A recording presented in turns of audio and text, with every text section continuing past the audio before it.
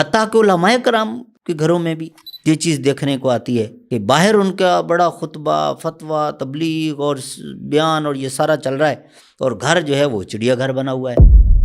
کھانا کھانے کی سنت تو ان کو یاد ہے، کھانا کھلانے والی سنت یاد نہیں ہے۔ تو نبی صلی اللہ علیہ وسلم کا اسوہ حسنہ تو یہ ہے کہ آپ نے خود کھانا کھلایا اور ترغیب دلائی، قولوا لا الہ الا اللہ، اللہ کے علاوہ کوئی عبادت کے لائق نہیں، یہ عقیدہ بنا لو، تفلحوا، کامیاب ہو جاؤ گے، تملکوا العرب والعجم، یہ چھوٹا سا ایک جزیرہ لے کے بیٹھے ہو، اللہ تعالیٰ تمہیں پوری دنیا کی بادشاہت عطا فرمائے گا۔ الحمدللہ رب العالمین والصلاة والسلام علی سید الانبیاء والمرسلین وعلی آلہ وصحبہ اجمعین وبعد۔ پیارے نبی صلی اللہ علیہ وسلم کو جب کھلے عام دعوت کی اللہ تعالیٰ کی طرف سے اجازت ملی تو آپ صلی اللہ علیہ وسلم نے اپنے خاندان کے لوگوں کو جو حکم تھا وانذر عشیرتک الاقربین، قریبی رشتہ داروں سے شروع کرنا ہے۔ یہاں بھی ایک سبق ہے کہ آپ جو بھی بھلائی کرنا چاہتے ہیں، نیکی کرنا چاہتے ہیں، اس کے سب سے زیادہ حقدار آپ کے قریبی رشتہ دار ہیں، بعد میں کچھ دوسرے لوگ ہیں۔ اور اسی طریقے سے دعوت و اصلاح اور دعوت و تبلیغ کا جو کام ہے، یہ بھی ہم دوسروں کو نیکیاں بتا رہے ہوتے ہیں اور اپنی فیملی کو اگنور کر رہے ہوتے ہیں۔ حتیٰ کہ علماء کرام کے گھروں میں بھی یہ چیز دیکھنے کو آتی ہے کہ باہر ان کا بڑا خطبہ فتویٰ تبلیغ اور بیان اور یہ سارا چل رہا ہے، اور گھر جو ہے وہ چڑیا گھر بنا ہوا ہے۔ تو یہاں سے ہمیں آپ صلی اللہ علیہ وسلم کو جو اللہ تعالیٰ کی طرف سے انسٹرکشن ملی کہ اپنے قریبی رشتہ داروں سے آغاز کریں، تو رشتہ داروں کا حق زیادہ ہے، پہلے ان کو آپ جہنم سے بچانے کی کوشش کریں، ان کو سیدھے راستے پر لانے کی کوشش کریں، ان کو دعوت دیں اور پھر آگے بڑھتے چلے جائیں۔ تو آپ صلی اللہ علیہ وسلم نے کس طرح دعوت دی، گھر پہ کھانے پہ بلایا، ڈنر، اور بڑے محبت کے ساتھ سب کو کھانا کھلایا، اور آخر میں بڑا پولائٹلی کہ اللہ تعالیٰ نے مجھے اپنا آخری نبی بنایا ہے اور آپ لوگوں کے لیے یہ پیغام دیا ہے کہ عبادت صرف اس ایک اللہ کی جس نے ساری کائنات کو بنایا اور اس نظام کو اکیلا چلانے والا ہے، اس کے علاوہ کسی اور کی عبادت نہیں ہو سکتی۔ یہ بات جب آپ نے ارشاد فرمائی سب خاموش، لیکن آپ کے چچا ابو لہب بولا، بیٹا یہ جو بات آپ کر رہے ہیں یہ کسی صورت میں بھی لوگوں کو قبول نہیں ہوگی اور آپ کے ساتھ لڑیں گے، لہٰذا بھی آپ نے ہمارے ساتھ تو بات کر دی، ہمارے سامنے تو بات کر دی، بس اس کو یہیں دفن کر دیں، دوبارہ یہ بات نہ کرنا۔ اور سب آپ اپنے گھروں کو چلے گئے۔ چند دنوں کے گیپ کے بعد آپ صلی اللہ علیہ وسلم نے دوبارہ اپنے ان رشتہ داروں کو کھانے کی دعوت دی۔ ہاں، یہاں یہ بات بھی سمجھ میں آتی ہے کہ کھانا کھلانے کی سنت یہ ہمارے نبی کی سنت ہے۔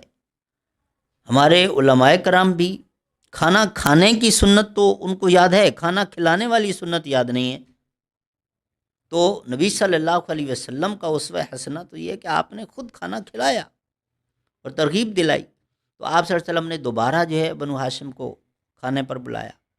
اور اب آپ صلی اللہ علیہ وسلم نے جب یہی بات دہرائی کہ اللہ تعالیٰ کی طرف سے یہ پیغام ہے، تو آپ کا چچا ابو لہب اگریسو ہوا اور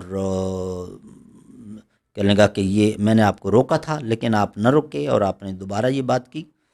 اب اگر لوگوں کے سامنے آپ نے بات کی تو سب سے پہلے میں آپ کو پکڑوں گا اور میں نہیں چھوڑوں گا، کیونکہ یہ کسی صورت برداشت نہیں ہے، یہ ہمارے باپ دادا کے دین کے خلاف ہے۔ یہاں پر پھر آپ صلی اللہ علیہ وسلم کے جو گارڈین چچا ابو طالب تھے وہ تھے، اور انہوں نے اپنے بھائی کو ڈانٹا، ابو لہب کو، کہ دیکھو تم بھائی ہو، یہ میرا بیٹا ہے، بھتیجا ہے، میں نے اس کو پالا ہے، آپ ان کی بات مانو نہ مانو میں مداخلت نہیں کروں گا، لیکن بدتمیزی نہیں کرنے دوں گا میں اپنے بیٹے کے ساتھ۔ آپ صلی اللہ علیہ وسلم آگے بڑھے، آپ نے فرمایا چچا کوئی بات نہیں، وہ بھی تو چچا ہیں، بڑے ہیں، ڈانٹ دیا، کوئی بات نہیں، کوئی مسئلہ نہیں، معاملہ رفع دفع۔ تیسری مرتبہ آپ صلی اللہ علیہ وسلم نے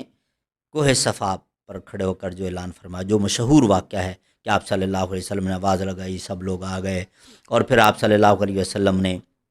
فرمایا کہ میں اگر تم سے کہوں کہ پہاڑی کے پیچھے لشکر تیار بیٹھا ہے، تم پر حملہ کرنے والا ہے، تو مان لو گے؟ سب نے کہا جی بالکل مانیں گے، کیوں نہیں مانیں گے؟ بلکہ ایک نے تو یہاں تک کہا کہ لشکر موجود نہ بھی ہو، آپ اگر کہیں تو ہم مان لیں گے، ہماری آنکھیں دھوکہ کھا سکتی ہیں، آپ کی زبان غلط نہیں بول سکتی۔ یعنی دیکھیں رسول کریم صلی اللہ علیہ وسلم کی سچائی کس طرح مسلم تھی سب کے نزدیک۔ آپ نے فرمایا اگر تم مجھے اتنا ہی سچا مانتے ہو نا تو آؤ میں تمہیں ایک بہت بڑا سچ بتاتا ہوں، وہ یہ ہے قولوا لا الہ الا اللہ، اللہ کے علاوہ کوئی عبادت کے لائق نہیں، یہ عقیدہ بنا لو تفلحوا، کامیاب ہو جاؤ گے، تملک العرب والعجم، یہ چھوٹا سا ایک جزیرہ لے کے بیٹھے ہو، اللہ تعالیٰ تمہیں پوری دنیا کی بادشاہت عطا فرمائے گا۔